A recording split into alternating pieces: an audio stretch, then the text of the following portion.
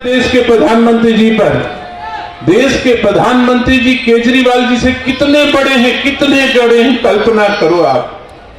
लेकिन कभी विनम्रता उन्होंने नहीं छोड़ी। विनम्रता उनकी अगर देखना है तो सम्मानित साथियों, जब पहली बार प्रधानमंत्री बन करके संसद में प्रवेश कर रहे थे तो हमारे देश के पहले प्रधानमंत्री हैं जिनका माथा लोकतंत्र के मंदिर रूपी संसद की सीढ़ियों पर रखा था कि नहीं रखा था। जब भगवान श्री राम का मंदिर 500 साल बाद हमको मिला तो बताओ हमारे देश का प्रधानमंत्री साष्टांग श्री राम के चरणों में लेटा था कि नहीं था। ये हमारी भारतीय संस्कार संस्कृति है। इतना ऊंचाइयों पर होने के बावजूद भी प्रधानमंत्री जी ने कभी विनम्रता नहीं छोड़ी। यही हमारी संस्कृति है, यही हमारे संस्कार हैं और हमारे वैसे तो वर्णित है। हम लोग तो मानते हैं आज की तारीख में कि हमारे प्रधानमंत्री जी को दैवी शक्ति प्राप्त है। आज इस त्रेता तो नहीं है, लेकिन कलयुग के भगवान ही होंगे हम लोगों के लिए, राजनीतिक लोगों के लिए। आदरणीय नरेंद्र मोदी जी कलयुग के भगवान की तरह ही हैं, इसमें कोई दो राय नहीं है। राजनीतिक लोगों के लिए, इस देश के लिए तो केजरीवाल जी का अहंकार तो भगवान श्री राम ने ही, भगवान श्री राम मतलब देवतुल्य भगवान जैसे हमारे मोदी जी ने, मोदी जी के इशारे पर, मोदी जी के अनुरोध पर दिल्ली की जनता ने उनको निपटा दिया। सम्मानित साथियों, हम लोगों ने कहा राम और लखन की जोड़ी होती है ना।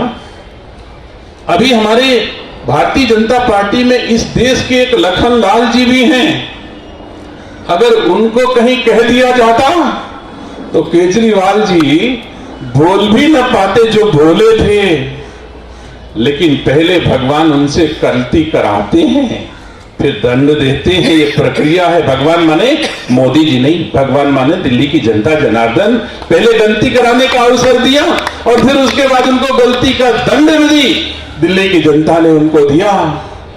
और हमारे देश के यशस्वी गृह मंत्री जी, जिनको हम लोग लखन लाल कहते हैं ना, कहते हैं ना, नहीं कहते, लक्ष्मण की तरह आचरण करने वाले, जब एक दई फुफकार दिए तो लाहौर स्याह हो जात कि नहीं हो जाता, आप हमको बताओ। सम्मानित साथियों, जिस दिन देश के गृह मंत्री जी ने पार्लियामेंट में कहा क्या बात करते हो, जान दे दूंगा कश्मीर के लिए, बताओ लाहौर स्याह हो गया होगा कि नहीं स्याह हो गया होगा। और यह तो फुफकारे से खाली हुआ है। अगर कहूं अपन अस्त्र उठा लिए, लक्ष्मण जी का अस्त्र पता है, सबको जानता है। लक्ष्मण रेखा किससे खींची गई थी? भगवान श्री राम के धनुष का नाम सारंग था और लक्ष्मण जी के नाम का गांधारी था, गांधारी था। और जिससे उन्होंने अगर लाइन खींच दी थी सीता मैया का, तो रावण को हैसियत नहीं थी लाइन खींचने मात्र से कि उसके भीतर आ जाए। ऐसे हमारे गृह मंत्री जी हैं। अगर किसी दिन अपना गांधारी उठा लिया ना, तो कोई दो राय नहीं है कि पूरा पाकिस्तान भी लाल हो सकता है। इसमें कोई बड़ी बात नहीं। केजरीवाल जी, आप कोई बड़ी बात नहीं हो। सम्मानित साथियों, मैं रायबरेली का रहने वाला हूं, सब कोई जानता है। मैंने इनको खूब करीब से देखा है। जो दूसरे वाले लोग हैं, इन्हें राम राज्य से हर हालत में आ जाए। सम्मानित साथियों, मैं रायबरेली का हूं इसलिए भली भांति जानता हूं। एक बार भारत में जिनको हम लोगों ने पिता की उपाधि दी है, महात्मा गांधी जी ने अपनी एक उपाधि इज्जत बचाने के लिए जवाहरलाल नेहरू जी को उधार दे दी। क्या दिया था? क्या दिया था? एक अपनी सरनेम टाइटल जो है, जवाहरलाल नेहरू की इज्जत जा रही थी किसी टाइम, तो उन्होंने एक उधार दे दिया अपनी सरनेम गांधी।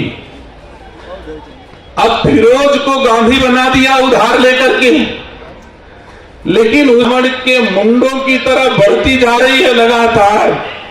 कोई इटली से आ रहा है, क्या नाम है इटली वाले का नाम है? राहुल गांधी हैं?